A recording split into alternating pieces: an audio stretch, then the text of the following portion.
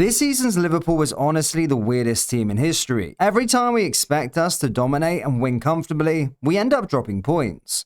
Just look at that Burnley game at Anfield. A game we all thought that would be a routine, and it turned into pure frustration. And then we go into a match not feeling confident at all, thinking that even a draw would be decent because of our recent form. We somehow walk away with all 3 points. We have to be honest with you. Going into this game against Sunderland, most of us would have taken a draw before kickoff. They have been one of the most difficult and physical sides in the Premier League this season. They press hard, they fight for every second ball, they make it uncomfortable for every team that goes to their stadium. On top of that, they had not lost a single game at the Stadium of Light this year. That alone tells you how tough this challenge was going to be. And yet, here we are. We left the Stadium of Light with all 3 points. Not just that, but with a professional performance, a mature performance, the kind of performance that shows growth. This win keeps our hopes of playing Champions League football alive, especially with both Chelsea and Manchester United dropping points this week. Results like this can change the whole momentum of a season. It just shows that we should never doubt this football club, no matter what kind of form we are in. When you think they are down, they respond. When you question them, they prove you wrong. Now, from a tactical point of view, this game was actually very interesting. There were clear adjustments made during the match, and you could see the impact almost immediately. So if you want to understand what Arne Slot changed, how the team adapted,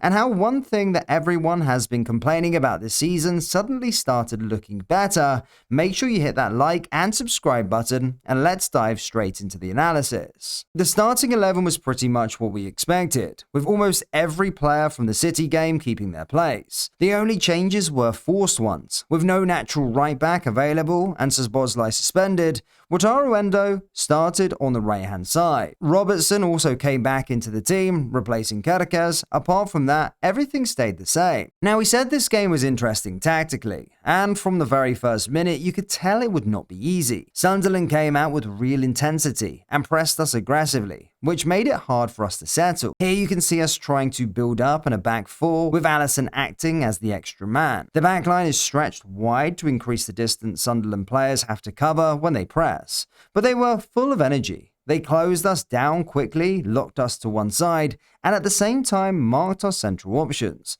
That made building out from the back very risky. So what was the solution? Well, it's simple. We tried to bypass the press. You can see here how we got Alisson on the ball. He slowed the game down, put his studs on the ball, and took his time. At the same time, Sunderland were ready to jump on us in a man-to-man press. They were just waiting for the trigger. The key details here was Wirtz dropping deeper as an extra midfielder. Not because we wanted to pass to him, that was not the main goal. The idea was to drag one of Sunderland's centre-backs out of position. Once that defender stepped forward, it left our front 3 more isolated against the remaining defenders. Now, of course, this was not a long-term solution to create chances. Playing long balls and fighting for aerial duels is always a 50-50 situation. But what it did do was push Sunderland's block further back and stop them from pressing us so high up the pitch. For example, notice here how the centre-back marking Wirtz was stuck in between. He did not know whether to allow him higher up the pitch or to drop back into his line. That small hesitation is important. We still went long in this situation.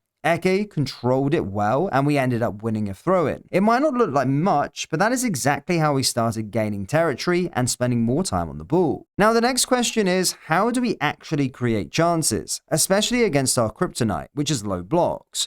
We managed to push them back, so what comes next? Well, surprisingly, we did a really good job getting into the final third. And to be fair, Sunderland have a very strong defensive block. They stay compact, they protect the middle, and they make it hard to find space. So we should not expect just to tear through them. But even then, we did enough. Let us show you a few examples. Sunderland mainly defended in a 4-4-2 block that quickly dropped into a solid 5 at the back defense.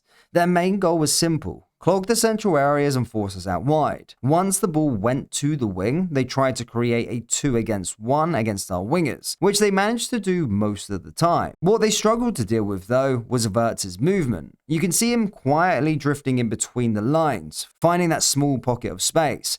Gakpo spots him and plays the pass into his feet, then immediately makes a run in behind the defense. Wirtz lays the ball off first time to Robertson, who quickly finds Gakpo again in a better position. The move itself was sharp and well timed. The only disappointing part was the final cross from the left winger, which did not match the quality of the build-up. In another sequence, you can see just how many options we had between the lines. And once again, notice Wirtz's positioning. He is always available in that pocket of space. Gravenberch finds him quickly, and with one sharp touch, Wirtz slips Endo through on the right. It was a well-worked move, but unfortunately the Japanese international's cross went straight into the keeper's hands. Now you probably noticed two things from these sequences. First, Florian was at the center of almost every combination in the final third. Everything good seemed to go through him. The German is improving with every single game, and it is fair to say he was unlucky not to walk away with a goal or an assist. Let's not forget he even hit the post in the first half, so anyone who called him a flop earlier in the season might need to rethink that. Now the second thing you might have noticed is how both of these sequences ended. Poor decisions and poor execution. That was the main theme for most of our players in this game. Either the decision was wrong, or the pass was slightly overhit or underhit. Just small details, but they make a big difference. And this is not something new.